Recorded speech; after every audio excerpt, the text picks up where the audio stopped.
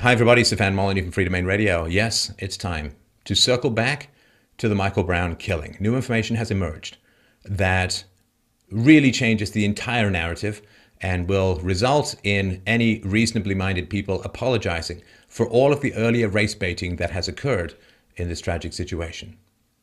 So, before we get to the actual evidence, which is being presented to the grand jury as we speak, we're going to look at last Saturday night. Last Saturday night, Michael Brown's grandmother and his cousin were selling Michael Brown merchandise in a parking lot out back of some store.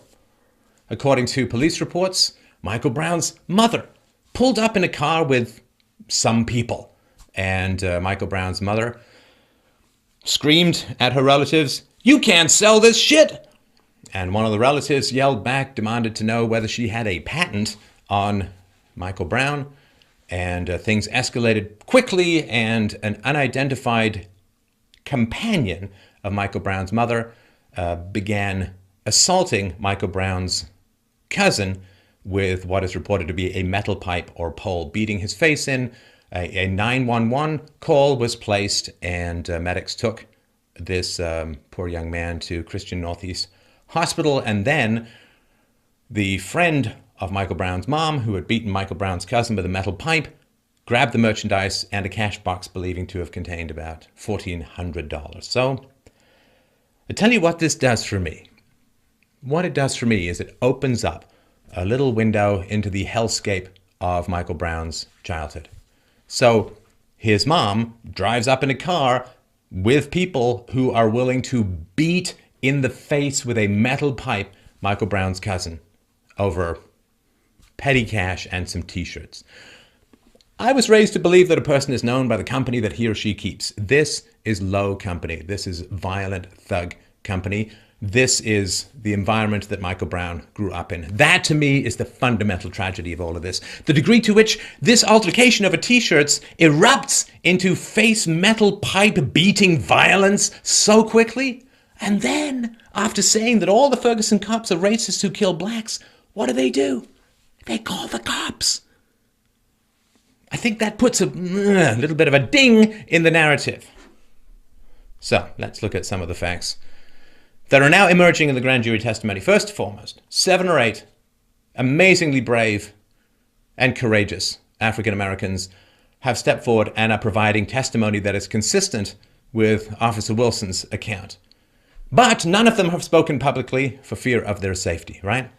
In that kind of hood, snitches get stitches, and I believe possibly thrown in ditches. So this helps us understand why there seems to be a bit of a salmon in a current conformity with regards to the testimony regarding this incident. They want to be anonymous because they fear the repercussions in their own community for telling the truth of what they saw. So, according to the testimony of the 7 or 8 blacks who claim to be eyewitnesses, according to Officer Wilson, and in accordance with the actual evidence of what happened, this is the story. I'm not saying this is all proven and true, but this is the most consistent, most verified story there is. After he finished with a call for a sick baby, Officer Wilson was driving along, and he spotted Brown and his friend, Dorian Johnson. They're walking down the middle of the road, traffic passing them on either side.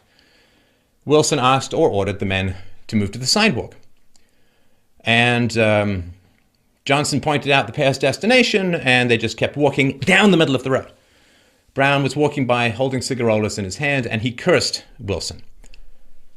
And now, after Brown passed by, Wilson realized that Johnson's clothing matched a recent radio alert about a suspect in a robbery at a nearby market where cigarillos had been taken. Wilson radioed for assistance, backed up his SUV to Brown and Johnson. Wilson tried to get out of the SUV after placing it in park. Brown slammed the door shut and punched Wilson in the left side of the face through the open window. Brown was trapped in the front seat, couldn't use his pepper spray in the confined space because if you pepper spray someone, you incapacitate yourself if it's that enclosed. His baton was in the back of his utility belt, so he was basically sitting on it. He did not have a taser, so he drew his gun. Brown then grabbed at the pistol using his right hand with his elbow against Wilson. Remember, Brown, 280 pounds or so. During the struggle, Brown handed the cigarillos to Johnson and then swung his left hand and hit Wilson on the right side of the face. Wilson said that he almost lost consciousness at that moment. Brown then began to use his left hand in the struggle for the gun and turned the pistol until the barrel was against Wilson's hip. Wilson positioned his finger, trying to prevent Brown from reaching the trigger. When Wilson pulled himself back towards the passenger side of the SUV, Brown's grip loosened enough for Wilson to try and pull the trigger himself. But the gun didn't fire. Wilson theorizes that Brown's hand may have been on the hammer, preventing it from moving. The second time Wilson pulled the trigger, the gun did fire. Wilson told investigators he thought the bullet had struck Brown in the hand.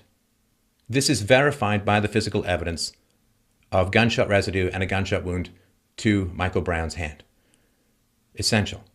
If Michael Brown's hand is shot at close range, it could only have been during an altercation with the officer, which means if the powder was close to the hand, which it is, then he was probably or almost certainly reaching for the gun. Blood on the door, blood on the gun, blood on Wilson's hands, and he didn't even know whose blood it was at the time. The struggle continued. Wilson attempted to pull the trigger 2 times more. Wilson thought the Brown's hand may have interfered again. Wilson was able to fire a second shot and Brown ran, got out of the SUV and chased Brown. Brown stopped and turned.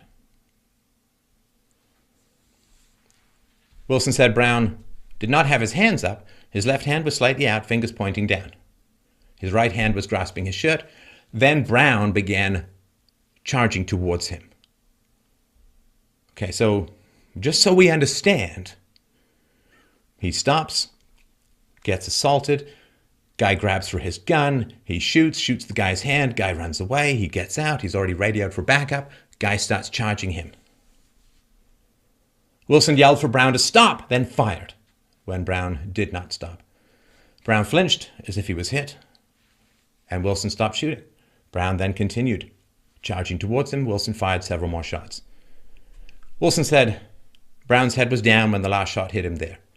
And the wounds on the top of the head are consistent with falling forward, not with standing. And remember, this guy's a giant. He's huge. Unless Officer Wilson had a handy stepladder and some weird walk upside down on clouds matrix moves, he can't shoot him on the top of the head unless he's falling forward. Wilson then made another radio call for an ambulance. Official autopsy on Michael Brown shows that he was shot in the hand at close range. Utterly supports what Officer Wilson is saying. Michael Brown was shot in the hand at close range. Report on the supplemental microscopic exam of tissue from the thumb wound showed foreign matter consistent with products that are discharged from the barrel of a firearm. Forensic pathologist in San Francisco said the autopsy supports the fact that this guy is reaching for the gun, if he has gunpowder particulate material in the wound. So he's going for the officer's gun. The autopsy does not support witnesses who claim that Brown was shot while running away from Wilson or with his hands up. Shots were in the front, top of the head. Brown was facing Wilson when he took a shot to the forehead, 2 shots to the chest, and a shot to the upper right arm. Brown's blood was also found on Wilson's gun. A 6th shot that hit the forearm traveled from the back of the arm to the inner arm, which means that Brown's palms could not have been facing Wilson, as some witnesses have said. The trajectory shows Brown was probably not taking a standard surrender position with arms above the shoulders and palms out when he was hit. Blood spatter evidence shows the Brown was heading towards the officer during their face-off. So let's just... Oh, and by the by, levels of marijuana in Brown's blood were so high that they could have caused hallucinations. So let's just run through a little checklist about this situation. Michael Brown, under the influence of marijuana, high levels of marijuana, wanted for a strong-arm robbery, has the stolen goods in his possession. He's jaywalking in the middle of traffic, cars going by on either side, disobeys an officer's request, curses at an officer, assaults and beats up an officer, tries to grab the officer's firearm and pull the trigger, refuses commands to desist, and charges at the officer. Please don't try and tell me this is about race. There is not one human being alive who was capable of doing that who would not have met the same fate. So, these are the facts that have been reported. Are they conclusive? Are they beyond any shadow of the doubt? Hard to say. I mean, in these situations, all we can go is the physical evidence. And the physical evidence and the witness testimony that is shielded by anonymity and has, of course, less fear of reprisals from the community, the evidence, the testimony of eyewitnesses, and the reports of Officer Wilson are all consistent. This is about as certain as you're ever going to get without cameras on the scene.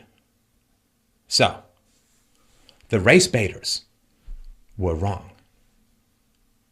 The race baiters, the hands up, don't shoot people, were wrong. This was a rush to judgment. This was a lynching. This was unjust.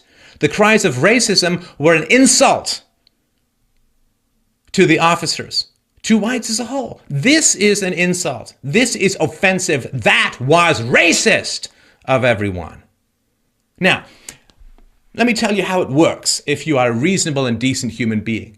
If you make an egregious charge of racism and murder, if you scream and cry out for people's murder because they wanted the blood of Officer Wilson, if you loot, if you burn down, if you trash your neighborhood, if you throw rocks and bottles and Molotov cocktails, if you assault people, and it turns out you were wrong, you need to apologize and make restitution. You know, those stores you burnt down, go clean them up. Go help those people out. Go volunteer at those stores to work without pay until the price of the damage has been restored. Go make some restitution. Go apologize to all those race baiters of every ethnicity. Look in the mirror for unholy confirmation bias. Look in the mirror. What an incredible opportunity you have to expand your self-knowledge and look at your own vile prejudices in these matters. Why do you need to race bait? Why do you need to race bait and then at the same time claim diversity is so wonderful? Well, which is it? If diversity is wonderful, if multiracialism is wonderful, then stop race baiting. Because it kind of throws a bit of a spanner in the works of, yay, multiracialism. If you believe that race baiting is the way things are and race is just going to hate each other, stop talking about multiculturalism as a positive. Can't have it both ways. To the media. Oh, God. Vile, vile, vile race baiting. I'm not expecting the media to change. I mean, prostitution is an age-old business. I believe it's actually older than farming and prostitution, which is marketing to people by appealing to their basest and worst instincts. Goes all the way back to the prosecution of Socrates. But we can change the media by simply avoiding race-baiting media. Read race-baiting? Stay away. A man and a woman is known by the company that they keep and the media that they consume. So if you are out there race-baiting, whether you're in the media or anywhere else, and faced with this evidence, you now know that you were in the wrong, you need to step forward, stand up, and apologize. Try it with me. I was wrong. I rushed to judgment. I have my own prejudices against white people, and I acted in a base and racist manner, and there's something I really need to learn. For my rush to lynch a white person, now that the evidence is in that shows that he was almost certainly in the right, that he was assaulted, that he was threatened with murder himself, that a crazed man grabbed his gun, I rushed to judgment. I judged a white person negatively because I'm racist. I need to look in the mirror and figure out why I did that. And anybody who doesn't do that, anybody who cried out racism, anybody who race-baited and rioted and looted and does not apologize and make restitution, well, a man is known by the company he keeps. Do you really want to keep the company of those people?